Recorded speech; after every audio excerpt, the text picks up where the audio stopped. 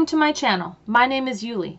Today we're going to use some of these small stamps that come with our stamp collections that we never quite know what to do with. I'm going to show you how to use them on some Christmas tags. This penguin stamp is from a Recollection set. It had about 20 or so stamps in it related to Christmas, and I just really like it. Here is some regular standard cardstock from Michaels, Recollections brand, and 65 pound or 176 GSM, just plain white paper. Next I take out my Fiskars paper cutter to cut my paper into squares. I'm going to line it up here at 1 3/4 inches and do a couple of these rows here for my paper cutting, and then use that strip again for another project later. Sorry about the angle here. This is the first one of these videos that I've done, and I'm just kind of getting used to where things are supposed to be. It's a square. Now I keep a small box of pre-made tag backgrounds for myself. Most of this paper in here is Recollections paper, the generic paper from Michaels, just the 12 by 12 square paper that I've used a die cut to take this out of. Pink, light blue, purple, sort of a pine color in the background, and teal. So I took the teal out, but as you'll see in the end I didn't end up using it. But these are really good to have, to keep, and especially when you're doing this kind of project, and to be able to pull out on short notice and just do a couple of fast tags. So I thought I would take out some of my Tim Holtz background sort of stamping image stuff, and in the end I decided that I wasn't going to use it, but I took it out here anyway. I've got Memento Onyx Black, or no, Tuxedo Black ink, the dye ink, which will go into the paper itself, and I'm going to be using some alcohol markers on that to make the design.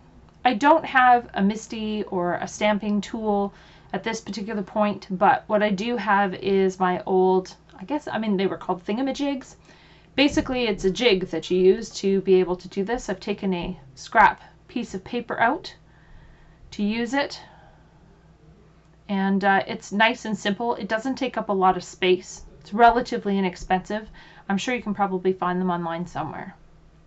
Here I'm using my Memento Tuxedo Black ink. Not quite sure whether it has enough. I have a couple of these ink pads, as you can see, and I couldn't remember which one was the one that had more ink on it, so I used this one here, and then I was unhappy with it. So out comes the other one, which brought me a lot more joy. More joy, more joy. Now I stamped each one of these 2 or 3 times just to make sure it was nice and dark on the paper itself. Lining up my jig there and making sure that every time I put it in, it lined up with it and made it nice and dark. You can use any kind of stamp with this process. It doesn't have to be a Christmas stamp, obviously. This one here is more kind of winter themed. I've taken out my Copic markers. Now I have a whole bunch of Copic markers that I'm going to use for this project. I've taken out my kind of blending, no, it wasn't my blending marker, it was sort of the gray marker that I have to do some shadowing. I've taken out my orange marker and various shades of light and dark colors. I've got some green there, some blue, some purple. Am I taking out purple? Oh yes, I'm taking out the purple. And I find these Copic markers are really great for this kind of project. Each one comes with 2 tips on it, a brush tip and a wedge tip. As you can see there, pulled out the brush tip and the wedge tip for larger surface areas. And I'm going to use them on my penguin. So I take care of the earmuffs first with a light color, with that light pink, and onto the scarf taking great care to make sure that I stay inside the lines. This is really fussy work right here, but it looks really pretty in the end. And then I take my darker pink color, sort of my fuchsia, and move it along the bottom to make some shadows. I really like these markers. I've bought them one at a time because they are a bit more on the expensive side. But I find that they blend really well, and they make some fantastic tags and cards. Once I've done the two colors, sort of that initial light color and then the darker color, I'm going to blend the two of them with the lighter color from the dark color to where the light color is. And then it kind of makes a third color in between, which you'll see a lot more clearly at the end. Highlighting the nose and the cute little feet with orange.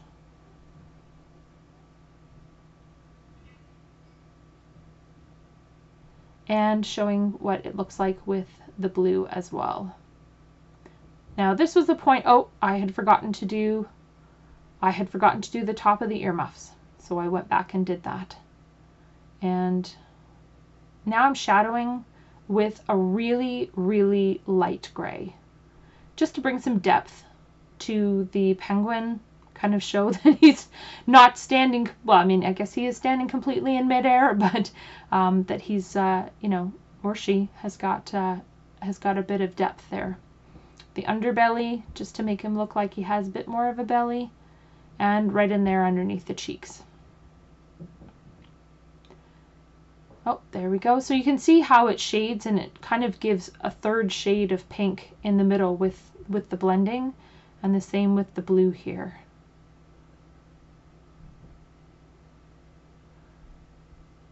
So the next part is to take my little penguin piece and figure out where I'm going to put it onto the base tag. I decided in the end that I really liked that combination of pink and purple together. Now I take out my double-sided adhesive tape. It's the Tsukineko tape, I think. I'm just going to go check on the name of that. Just went and grabbed it. It is Tuxedo. So it's made in Korea. It's a double-sided tape.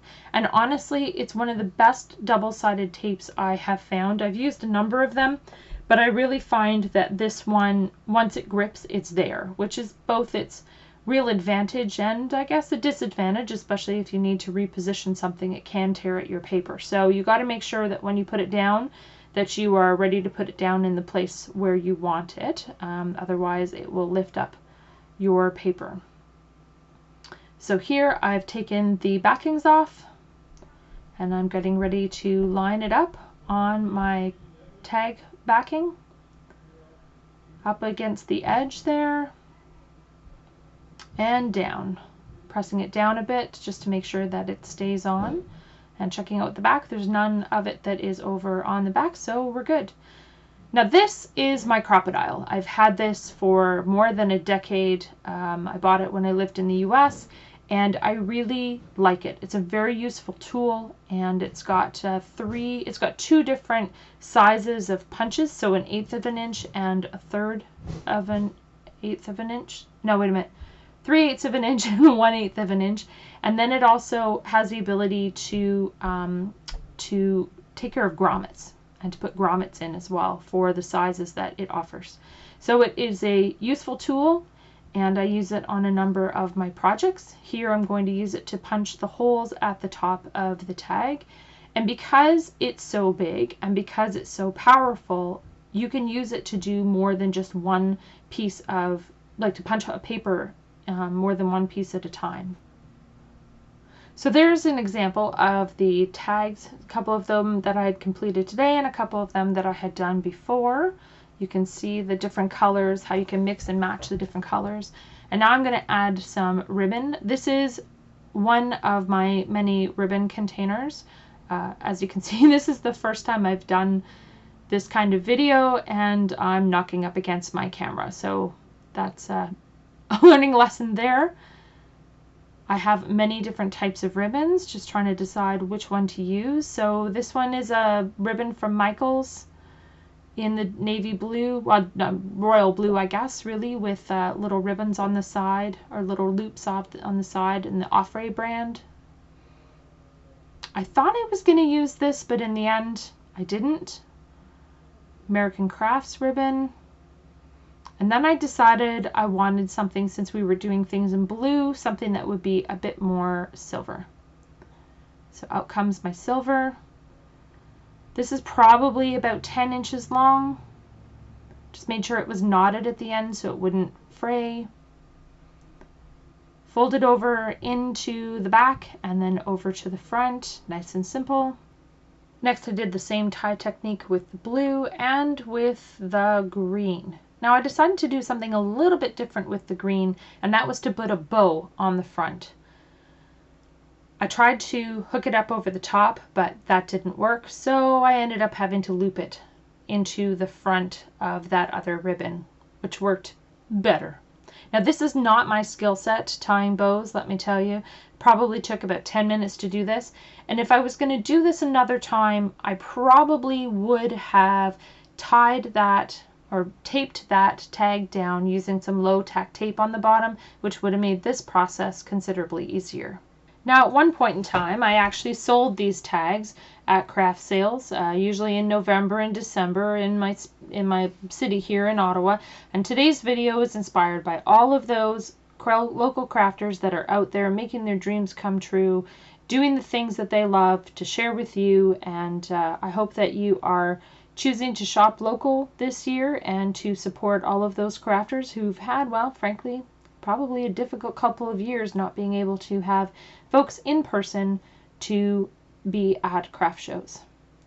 I hope you enjoyed this video and that you are interested in seeing more of what I have. Please like and subscribe, and we shall see you in the next video. Have a good one.